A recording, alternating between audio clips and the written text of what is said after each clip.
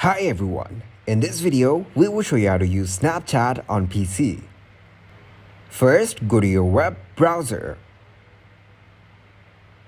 Here you need to search for Snapchat. Click to open its official website. As you can see, it says that Snapchat is now on web. Click on Login to chat. Once you're in, click on your profile from the top right corner.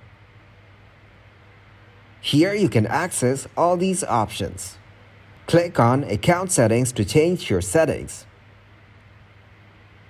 Also, you need to click this camera to send snaps. Here is a small demo of how you can use Snapchat Web to send snaps. Click on Got it to go next. Allow it permission to access your camera and microphone. After that, go to your web browser settings.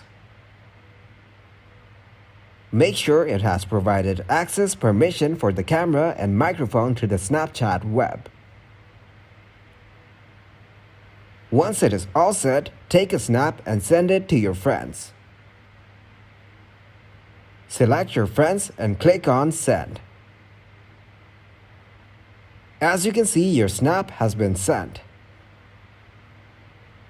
You can also start a chat with your friend. By going on your profile, you can set the settings as per need. So this is how you can use Snapchat on PC.